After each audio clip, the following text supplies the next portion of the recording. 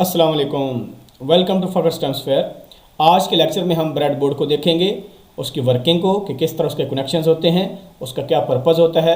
सबसे पहले हम बात करते हैं, हमारे पास काफ़ी बोर्ड्स ऐसे होते हैं जो कि इलेक्ट्रॉनिक कंपोनेंट्स को इम्प्लीमेंट करने के लिए, उनको टेस्ट करने के लिए, या सिंपल बेसिक सर्किटरी एक सर्किट को बिल्ड करने के लिए हम यूज़ करते हैं। तो पहला हमारे पास होता है, इसको हम कहते हैं ब्रेड बोर्ड। इसमें आपको प्लस माइनस साइन नज़र आ रहे हैं, ठीक है, और डॉट्स नज़र आ रहे हैं। दूसरा हमारे पास होता है वैरो बोर्ड, इसको पर्फ बोर्ड भी कहते हैं। स्लाइड से डिफरेंट है दोनों में, ठीक है। वैरो बोर्ड के अंदर ये पॉइंट्स आपस में कनेक्टेड होते हैं, और पर्फ बोर्ड में ये इंडिपेंडेंट पॉइंट्स होते हैं, किसी पॉइंट का दूसरे के साथ कोई कनेक्शन नहीं होता। और लास्ट है आपके पास पीसीबी, इसको प्रिंटेड सर्किट बोर्ड कहते हैं। ये आपके जो चिप्स होती हैं उसके अंदर ज़्यादातर यूटिलाइज होता है, जिस तरह माउस है, कीबोर्ड है और माइक्रो प्रोसेसर जिस तरह है, उसमें आपके ये फ्रीक्वेंटली यूज़ होता है। ये हमारे पास ब्रेड बोर्ड है, ये वाला, ये हम यूज़ करेंगे।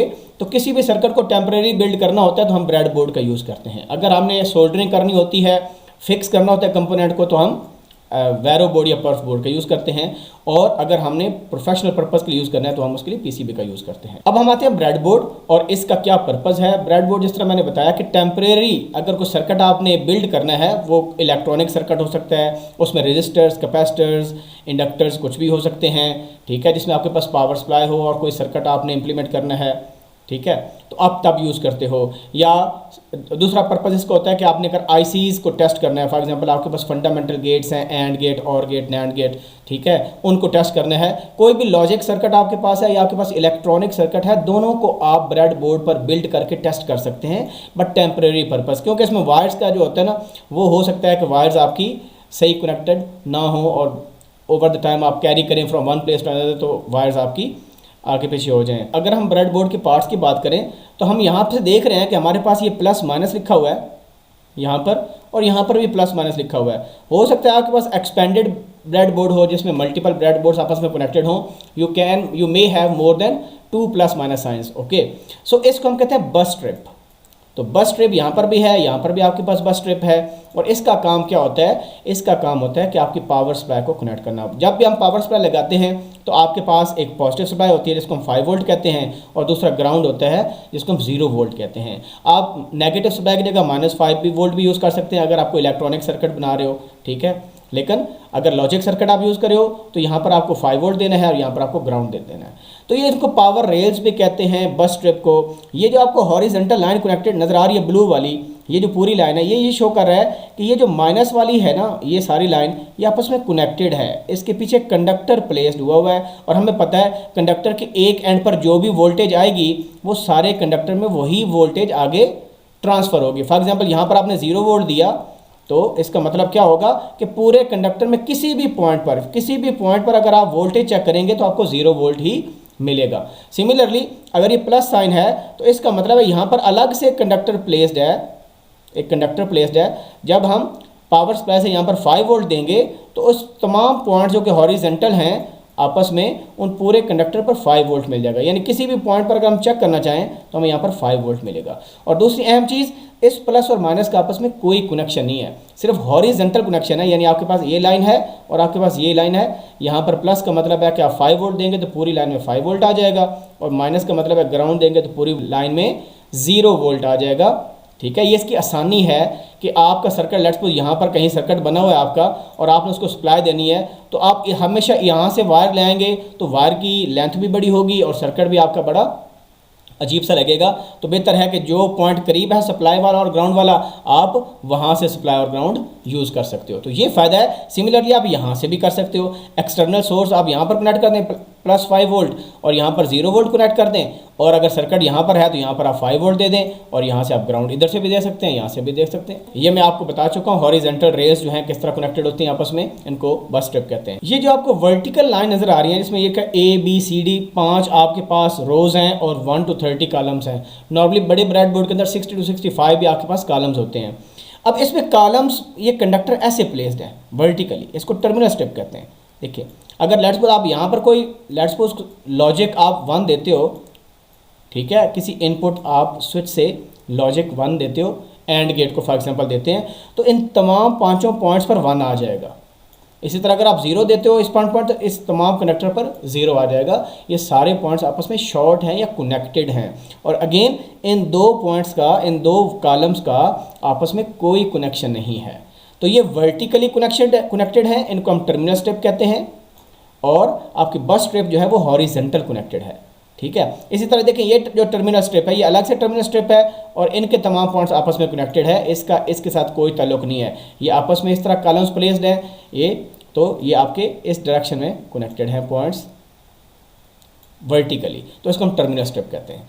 और एक और चीज़ अगर हम देखें तो आपके पास दरमियान में गैप नज़र आता है। तो गैप किस लिए होता है? जब हमने कोई आईसी प्लेस करनी हो, integrated circuit, let's suppose and gate की आईसी है और गेट की आईसी है, तो हम उसको यहाँ पर प्लेस करते हैं। हम इसको बाद में देखते हैं कैसे प्लेस करते हैं। तो यहाँ पर मैंने समराइज़ कर दिया कि आपके पास ये तमाम डॉट्स कनेक्टेड हैं, बस स्ट्रिप है, और यहाँ पर मैंने बता दिया ये टर्मिनल स्ट्रिप है, ये भी टर्मिनल स्ट्रिप है। और इस गैप को हम कहते हैं डिप सपोर्ट। डिप होता है डुअल इनलाइन पैकेज, और ये आईसीज़ के लिए यूज़ करते हैं। जब आईसी को टेस्ट करना हो तो हम यहाँ पर उसको प्लेस करते हैं। किसी भी आप पूरी जगह पर प्लेस कर सकते हैं, क्योंकि आईसी में गैप होता है, तो आईसी का गैप और ये वाला जो गैप है ये आपस में इनलाइन होना चाहिए, बिल्कुल एक ही प्लेस में। अच्छा, तो अभी हमने यहाँ पर ये ब्रेडबोर्ड दिखाया, मैंने आपको बता दिया ये जो डिप सपोर्ट है ये आईसी को कनेक्ट करने के लिए यूटिलाइज होती है। आईसी को आप कैसे प्लेस करेंगे? आईसी को प्लेस करेंगे, ये जो हर आईसी का ना एक आपके पास ये नॉच होता है, सेमी सर्कल बना होता है। यहाँ से आपने इसका लेफ़्ट, ये जो सेमी सर्कल है ये लेफ़्ट साइड पर आना चाहिए। यानी अगर इधर प्लेस करना है आपने तो ये नॉच आपका ऐसे आएगा, ऐसे, ऐसे और ऐसे, ठीक है। तो इस तरह आपने प्लेस करनी है ताकि ये नॉच जो है ये बिल्कुल इसके सेंटर पर आए, यहाँ पर ये नहीं आया आपके पास, इस गैप के अंदर आए, ठीक है। देखें ये नॉच का जो गैप है और ये गैप है ये आपस में कंबाइंड है, आपस में इकट्ठे हैं।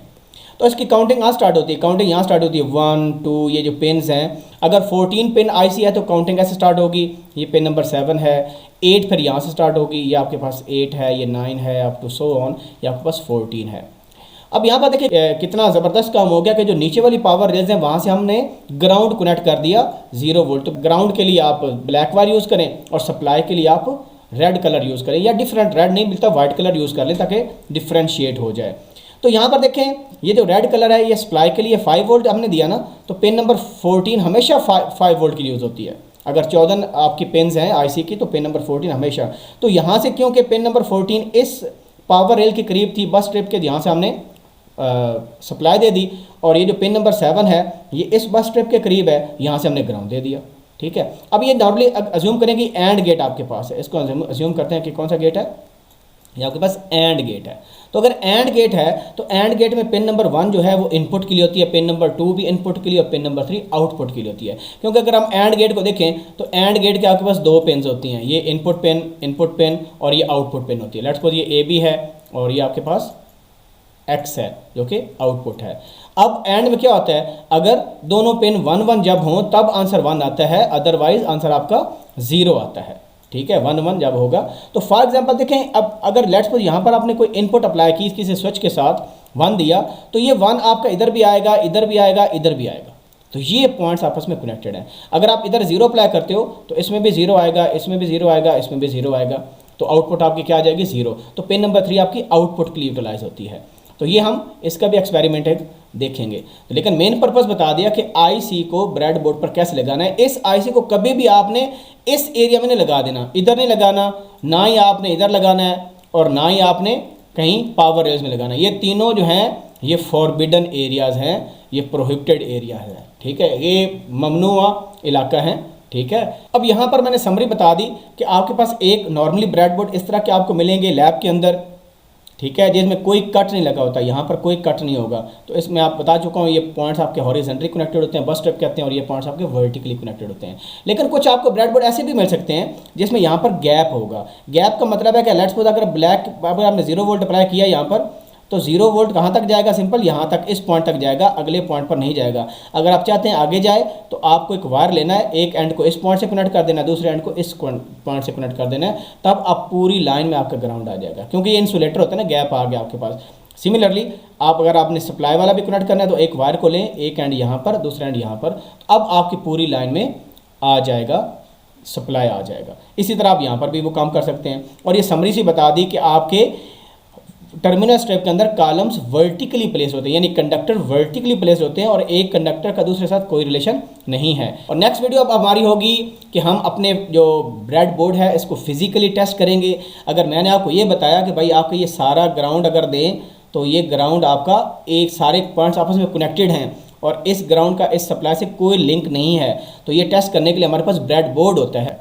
तो इससे टेस्ट करेंगे, टर्मिनल स्ट्रिप को भी टेस्ट करेंगे, ताकि लेट्स सपोज मैं अगर DMM का एक पॉइंट यहाँ पर लगाता हूँ, दूसरा पॉइंट यहाँ पर लगाता हूँ, इस वाले पॉइंट पर और इस वाले पॉइंट पर, तो आपको बीप साउंड सुनाई देगी, जिससे आपको कम से कम आइनुल यकीन और हक्को यकीन हो जाएगा। आंखों से भी देख लेंगे और दिल की तसल्ली भी हो जाएगी कि वाकई ही यार ये पॉइंट्स आपस में कनेक्टेड हैं। तो इंशाल्लाह मिलते हैं नेक्स्ट वीडियो के साथ। अगर इस वीडियो में किसी का कोई भी क्वेश्चन हो, please ask in the comment section.